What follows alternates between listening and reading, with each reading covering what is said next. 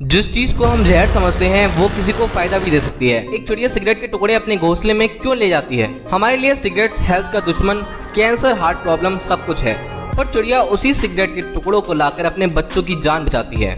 असल में उसमें होती है निकोटीन, जो एक पावरफुल इंसेक्ट किलर है, जिससे घोंसले में माइट्स या कीड़े नहीं आते और चिड़िया के बच्चे जिंदा बच जाते हैं। जितने कम पैरासाइट, उनके जिंदा बचने के चांसेस उतने ज्यादा। अब कुछ लोग सोच रहे होंगे कि वाह, हम तो चिड़िया की मदद कर रहे हैं, पर तुम खुद के फेफड़ों की ऐसी तैसी कर रहे हो, तो सिगरेट छोड़ो, चिड़िया संभाल लेंगी फिल्टर्स का काम, तुम अपनी सांसें संभालो। फॉलो करो नाइट्रोज फैक्ट।